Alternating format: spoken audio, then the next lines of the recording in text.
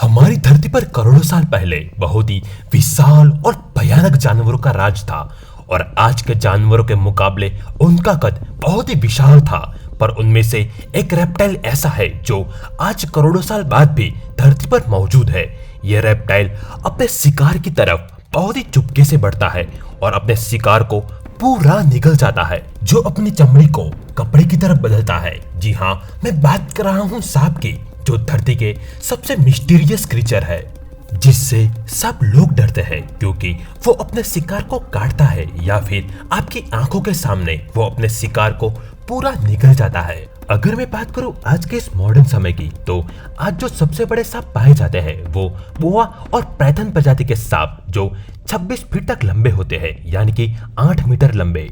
और ये जानवर बदनाम है अपने खतरनाक शिकार करने के तरीके से। 2008 में एक सांप ने 54 साल के इंसान को इंडोनेशिया के मुना आइलैंड पे पूरा निगल लिया था। उस सांप के पास ही उस इंसान के चप्पल पड़े देख कुछ आदिवासियों ने उस सांप को मार के उसके पेट से उस मरे हुए इंसान को बाहर निकाला। ऐसी एक घटना इंडोनेशिया के सुलावेसी आइलैंड पर भी सामने आई, जहाँ पर एक जायंट पाइथन ने एक 24 साल के आदमी को पूरा निगल लिया था। पर यह बात तो सच है कि आज तक इस घटनाओं की कोई भी पुष्टि नहीं हो पाई है, पर साइंटिस्टों ने इस घटना की पूरी पुष्टि की है। दरअसल ये बात है फ्लोरिडा की, जहां पर 11.5 फीट के एक पाइथन ने एक बड़े से हिरन को पूरा निगल लिया था।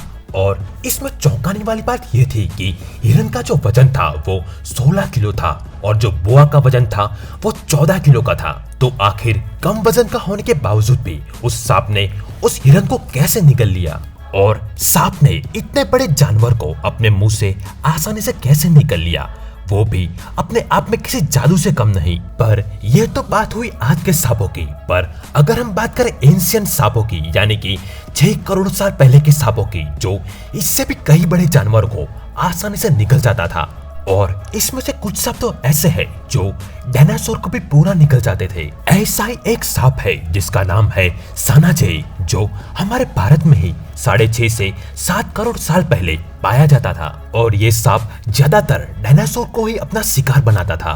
दरअसल साल 1987 में खुदाई के वक्त साइंटिस्टों को सांप के कुछ अवशेष मिले थे, पर उस वक्त हमारे पास इन अवशेषों को अलग करने का कोई तरीका नहीं था। पर 1987 के बाद मिले एक अवशेष ने ये बात को पूरी तरह से साबित कर दिया, क्योंकि सांप के इस अवशेष में डायनासोर के भी अवशेष पाए गए थे, जैसे कि सांप ने उस डायनासोर को पूरी तरह से निगल लिया हो। और इसी बात से साबित होता है कि ये सनाजे सांप 50 किलो के करीब डायनासोर को और उसके अंडों को अपना शिकार बनाता होगा। इस सांप की लंबाई 11.5 फीट की थी और जिसका वजन 10 से 20 किलो के आसपास ही था।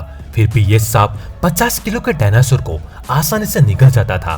पर यह सांप तो हमारे अगले सांप के मुकाबले एक बच्चे जैसा है। ये बहुत ही विशाल सांप का नाम है जाइगैंटोफिश, जो आज के अफ्रीका और साउथ एशिया में पाया जाता था। ये सांप लंबाई में 34 फीट यानी कि 3 मंजिला इमारत के बराबर था, जिसका वजन 500 किलो के करीब था, जो बड़े से बड़े मगरमच्छ जैसे जानवरों को चुटकी में निकल जाता था। पर हमारा अगला सांप है वो तो किंग ऑफ द मॉन्स्टर है।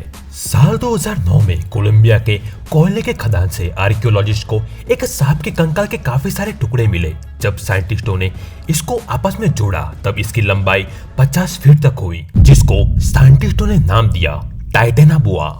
जब इसकी कार्बन डेटिंग करी गई तब पता चला कि यह सब आज से 5 करोड़ 80 लाख साल पहले धरती पर राज करता था।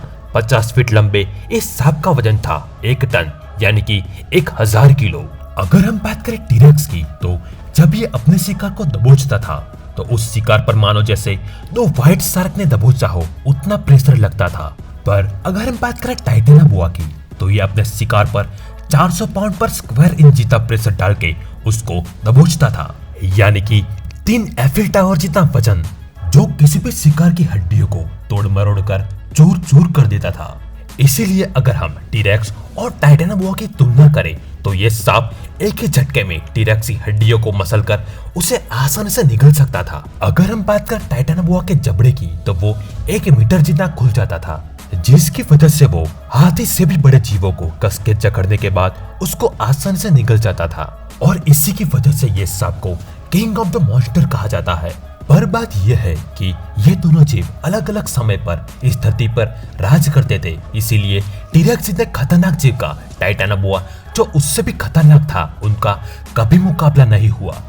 करोड़ों साल पहले पृथ्वी के गर्म तापमान की वजह से ये सांप इतने बड़े हुआ करते थे और आज भी साइंटिस्टों ने ये माना है कि जहाँ पर तापमान ज्यादा है वहाँ पर सांप भी बड़े पाए जाते हैं।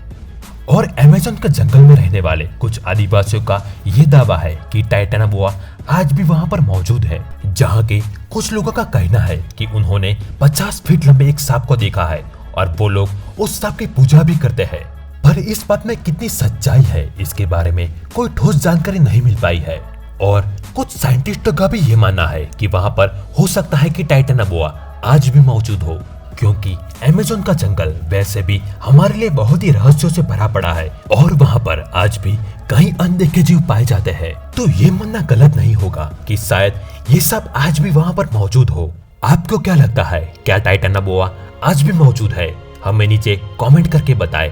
और अगर आपको हमारा ये वीडियो अच्छा लगा है तो हमारे वीडियो को लाइक करना मत भूलिए और अगर अभी तक आपने हमारे चैनल को सब्सक्राइब नहीं किया है तो अभी हमारे चैनल ओझा यूनिवर्स को सब्सक्राइब करें। तो मिलता हूँ अगले वीडियो में। Good bye, thanks for watching.